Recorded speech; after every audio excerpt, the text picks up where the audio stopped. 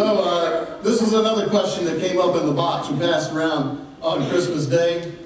How do you sustain optimism in a worn-out world? Now, I kind of added the worn-out world part. The person was really asking the question about how do you sustain optimism in your life? And that could spiral in several different directions. And so I was just aware that there is a whole gamut of people that when they see that question, they're thinking it through their own minds as far as what that means to them, which I think is important. I mean, you could be asking the question, how do I keep up hope when everything around me seems to be falling apart?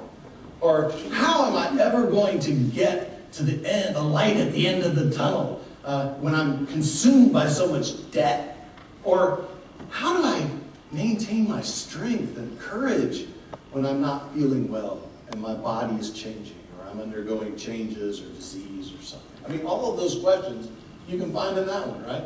I mean, how do we, as a Christian people, be a hopeful people in the midst of a world that, well, to be honest with you, seems to always be spiraling out of control?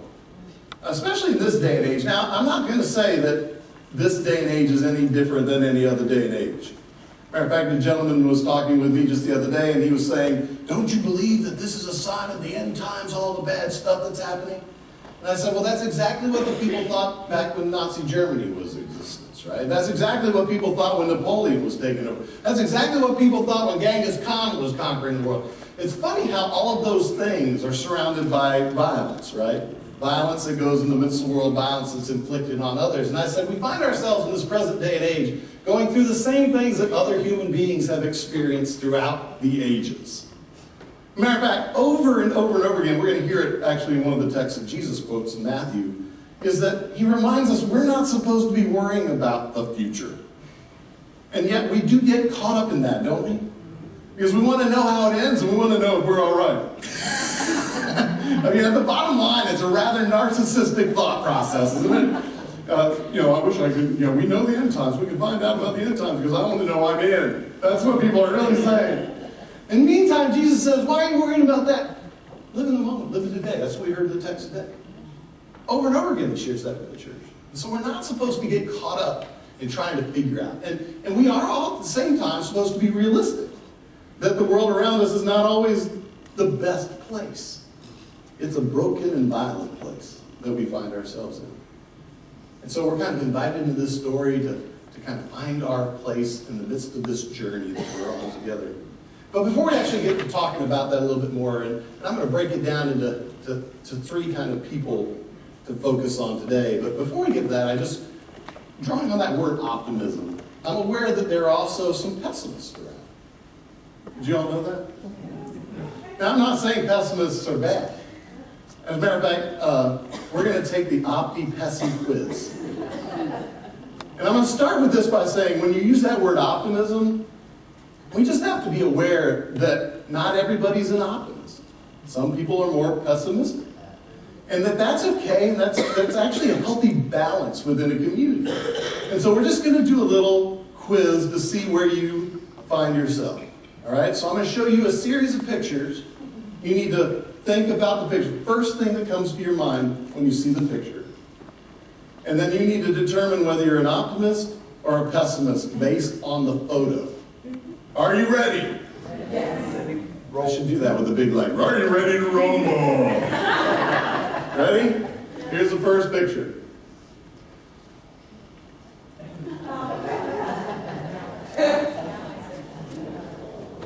All right, how many of you are half empty? How many of you are half full? How many of you it's a glass of water? You see, we have a third element. There's not just optimists and pessimists, there's also realists. Half empty, half full. All right, ready for the next one? Sure.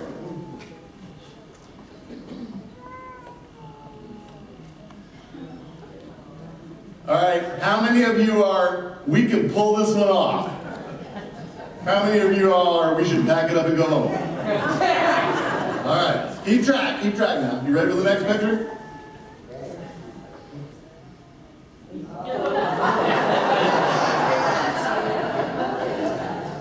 All right, how many of you are,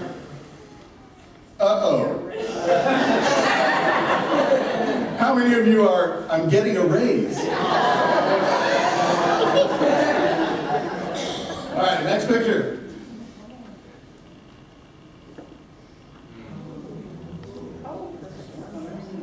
How many of you are, that is a beautiful sunset? How many of you are, crap, a thunderstorm? All right. 2 more.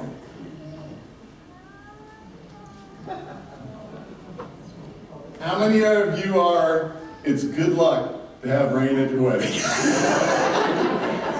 You know, it's everyone who had rain at their wedding that's raising their hand right now. How many of you are, oh no, it's raining on my wedding? All right. This is the last one. I know this is going to shock some of you. You might not relate because some of you don't know what this is. But just give me the first impression.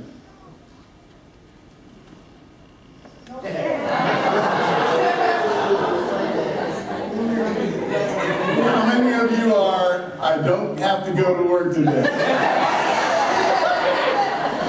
And how many of you are, who's going to shovel this stuff?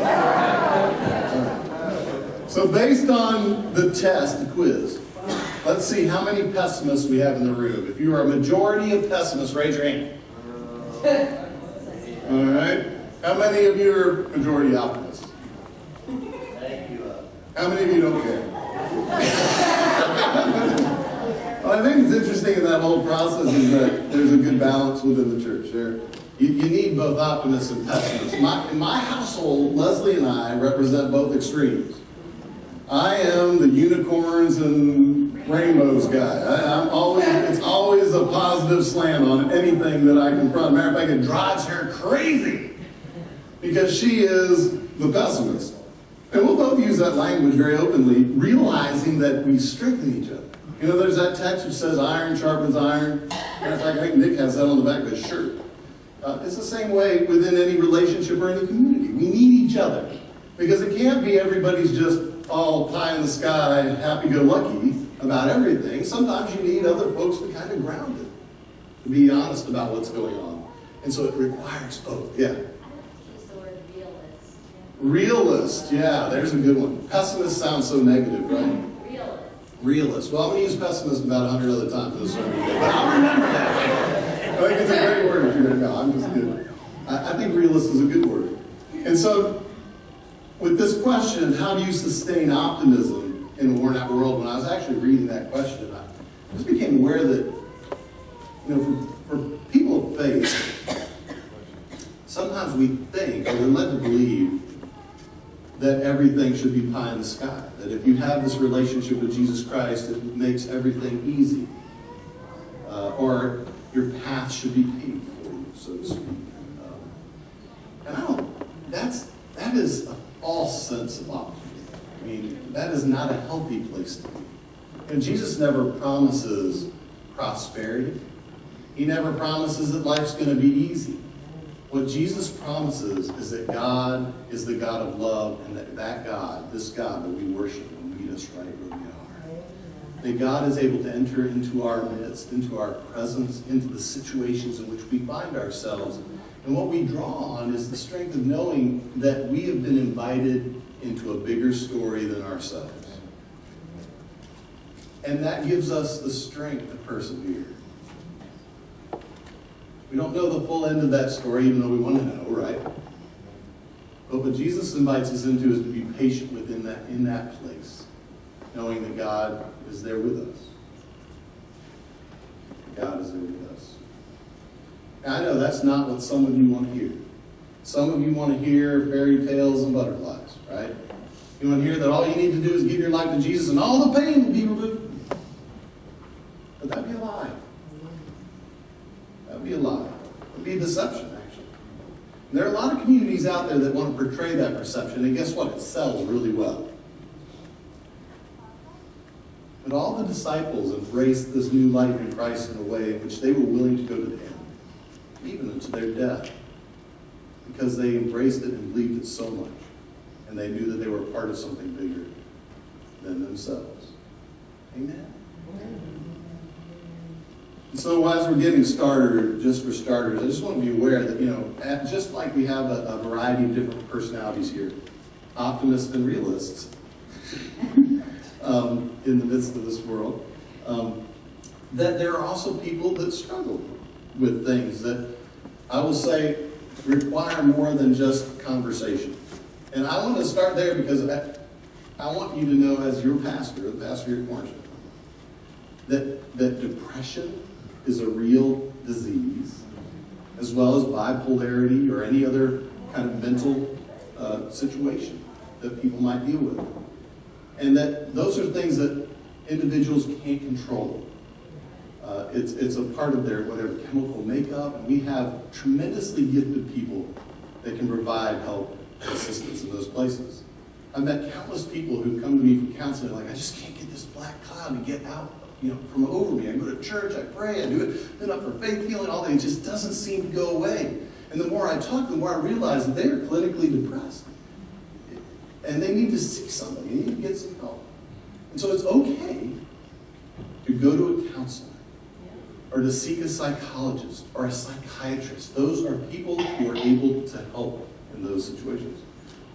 Personally, I actually have a counselor on call. Did you all know that in the ministry you give and you give and you give and you give and you give, and then sometimes you don't get anything? And at times you can find yourself in a very dark place. And it can be a very unhealthy dark place, because what you want to do is kind of escape from all of that. A lot of my friends end up being alcoholics, or they end up in divorce, you name it. The second highest divorce rate in the country is pastors. And some of those folks I turn to and I go, do you have a counselor? Or do you have a covenant group that you can go to and talk about these things? And most of them say no. Because sometimes they believe that having a counselor is a sign of weakness. Oh no, I need my counselor. They're on speed dial. Sometimes you just have to sit down with somebody who's able to help you through those things. Because when you find yourself in those dark places, whether it's through situations in life, or whether it's through chemical imbalances within your own system, you just need that medical help. And I just needed to say that up front. Okay? Because there's a lot of folks that would never say that. And you need to hear that from your pastor. Okay? And I will help you. I'll say, you need to see it. Seriously.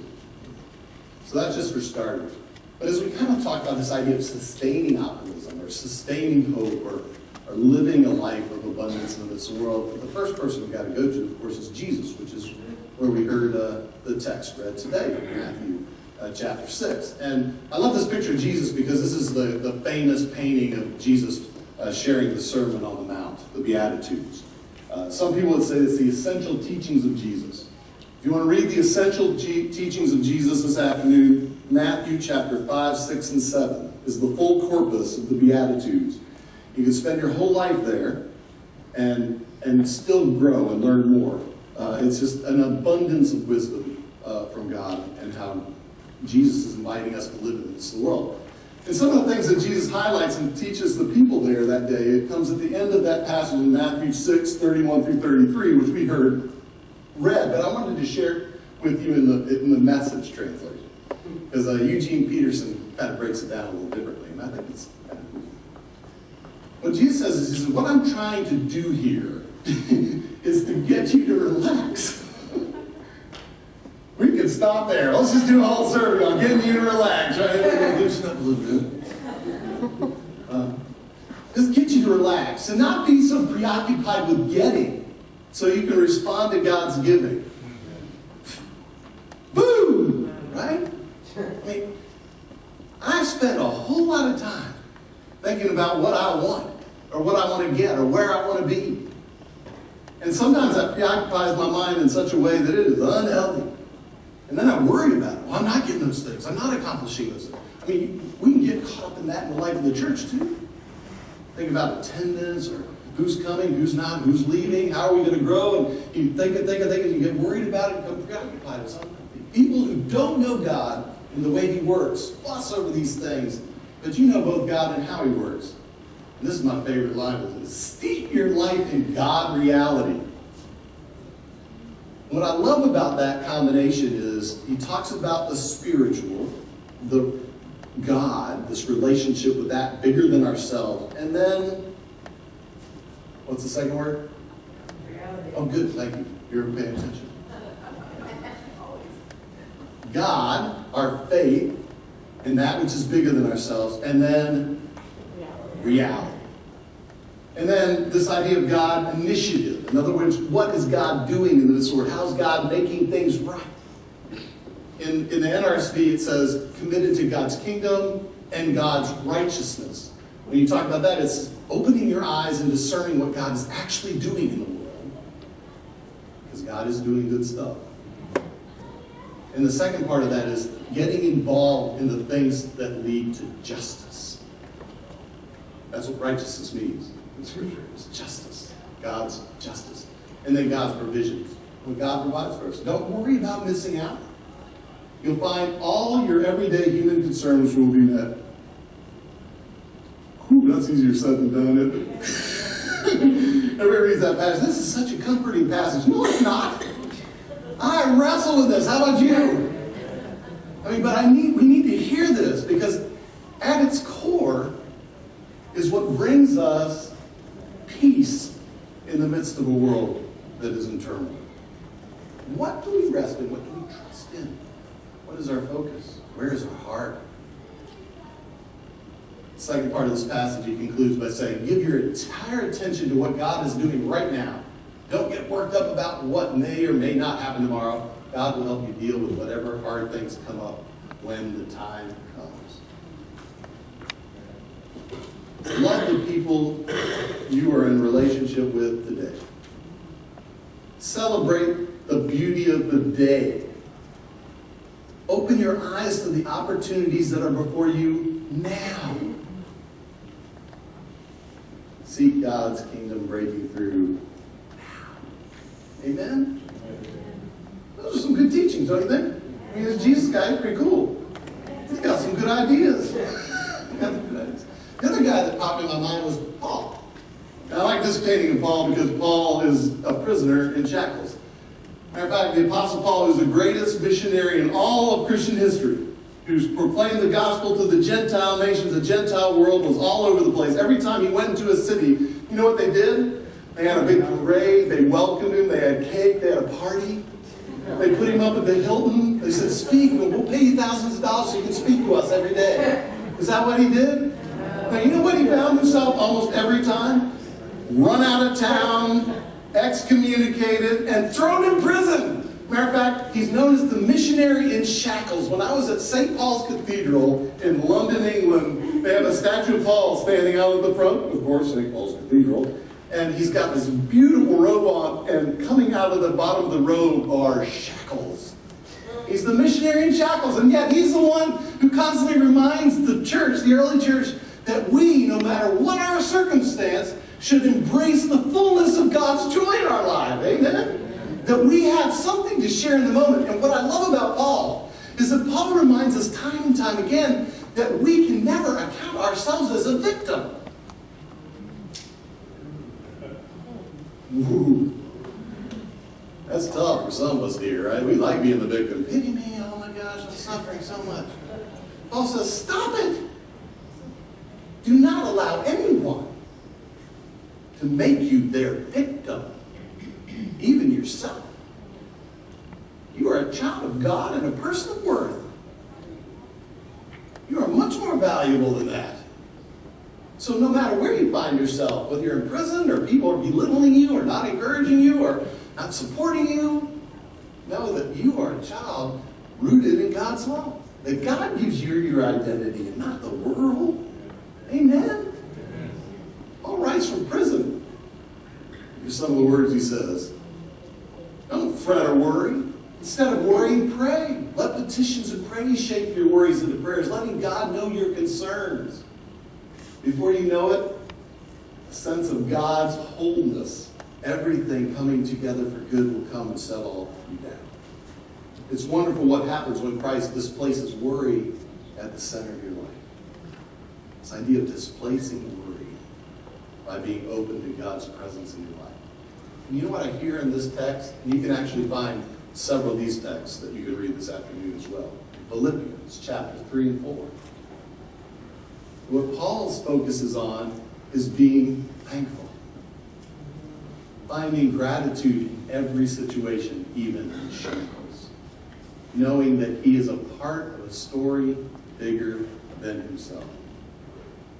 Even though it's rooted in the reality of the world, which is falling down all around Paul. I mean, Paul finds himself in the Roman Empire.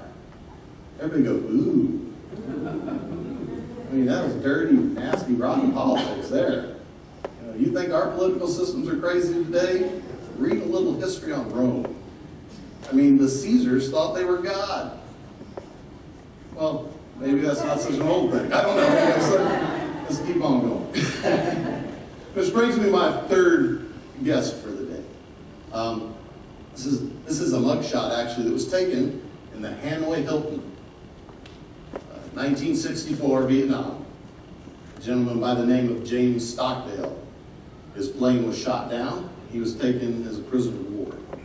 He was the highest commanding officer who was in prison during the Vietnam War. He was a commander. What's interesting about that is that when you're in a prison camp and you're the highest ranking officer, one is you receive the greatest amount of abuse, and two, you are still required in your oath and allegiance as a soldier to be the commanding officer. And what's interesting about Stockdale is that he was in the prison camp for 7.5 years. And it's a tremendous story, and I encourage you to read it. It's an amazing story. But what came out of that was a concept called the Stockdale paradox. Has anybody ever read that, heard about it? Growing, keep quiet. I'm just kidding. The Stockdale paradox is actually used in a lot of business literature. Matter of fact, Jim Collins, Good to Great. Anybody ever read Good to Great? Business? Good to Great. Great book. Read it. He talks about the Stockdale paradox. And what's funny is, as I was preparing the sermon today, talking about the sustaining hope, sustaining optimism in the midst of a broken, tore down, worn out world, is that I typed in a Google search, optimism, and Stockdale popped up, and I totally forgot about the Stockdale paradox. But it's an important thing for us to hear again today. Because when he came back to the States after being there for 7.5 years, 4 years in isolation, 2 years with leg shackles on. It's an incredible story. How do people survive that?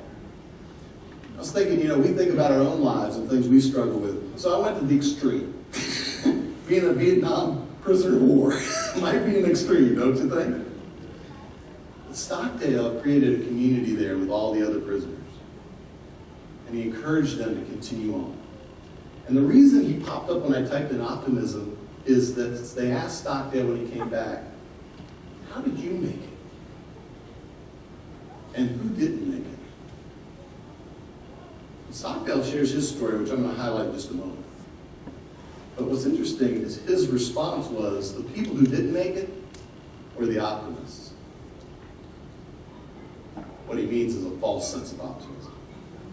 He says when prisoners of war were taken into the camp, and people had this false sense of optimism, they began to tell themselves, we're going to get out at Christmas. And then Christmas would come, and they wouldn't get out. And they said, we're going to get out at Easter. Easter would come, they didn't get out. Thanksgiving would come, and they didn't get out. Stockdale says, you know what happened to those folks? They died of a broken heart. Now Stockdale, before he went into the military, was actually a philosophy major.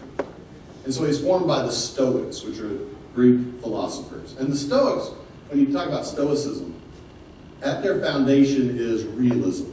In other words, they want you to connect to what is real.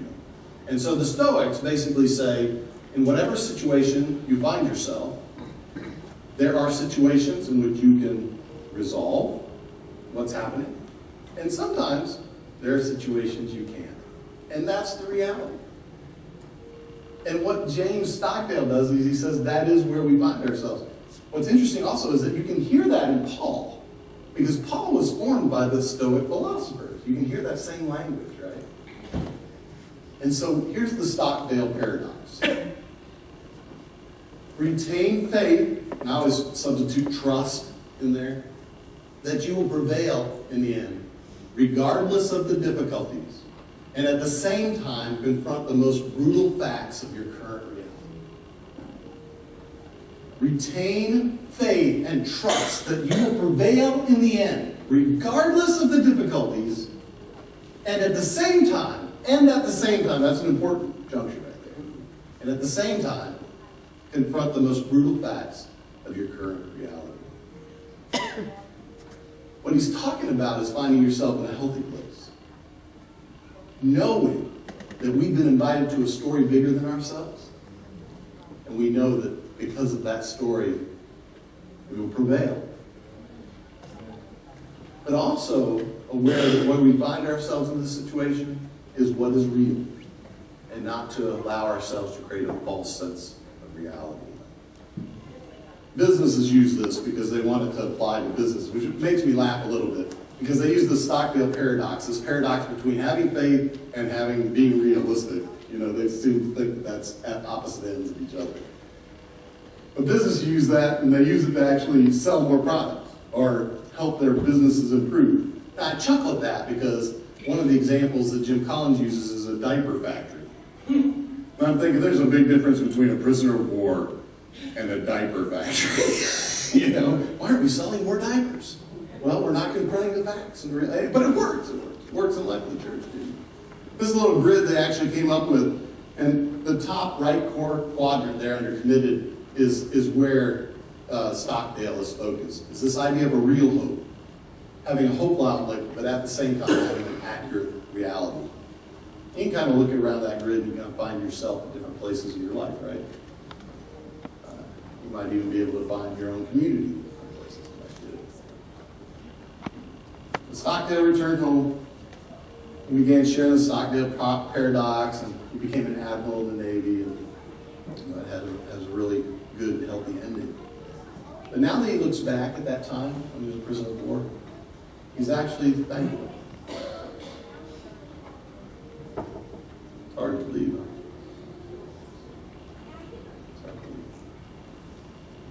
You take the teachings of Jesus and what he encourages us to be as a community, and the witness that we experience in Paul. And then when we hear what happened to James Stockdale, we kind of weave those things together, and we're invited into this way of thinking about how we exist. Trust that you will prevail. Amen? I want everybody to say, I will prevail. I will prevail. See, now you're thinking, oh, it's so hokey and corny. I will prevail. I will prevail. Because you're a loved child of God, and you are not a victim. And we need to be thankful. We need to be overjoyed with what God loves, how God loves us. Gratitude leads to a healthy heart and a joy-filled life. And this is important with Stockdale's situation. You need to seek community and not isolation. You know what? Maintain that balance. He didn't just go there and apply the Stockdale principle to his own personal life. You know what he also had? He also had fellow prisoners there. They developed a whole series like Morse code so they could talk to each other through the jail cell. And so there was community. He knew that he had other people around him. You know what we call that in the faith community? The church. That's right. We need each other. We need to be around each other. We need the support of each other. We can't do this alone. Isolation is sin. God calls us to community. God calls us to community. And then embrace a story bigger than yourself. Now, I'm going to just say a few words about that and wrap it up. Because I know it was a long sermon, but I hope you got some nuggets out of it. I think that is what converting is. That embracing the story bigger than yourself. I think when we're invited into a life of faith, especially a life of faith in Jesus Christ, we become aware of our own brokenness and our own sin. We're confronted with our own darkness. We're confronted with the facts of our reality. And then we're invited into God's story. God confronts us in the midst of that moment, which is very personal and individualistic, but then it opens up to something bigger. All of a sudden, it's not just about me and what I get out of it. All of a sudden, my eyes are open to the glory and beauty of God's grace that is expanding all around.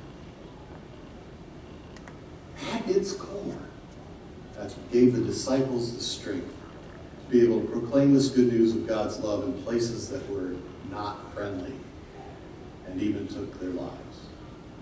At the core, that's what gave James Stockdale the strength to make it through the prison camp.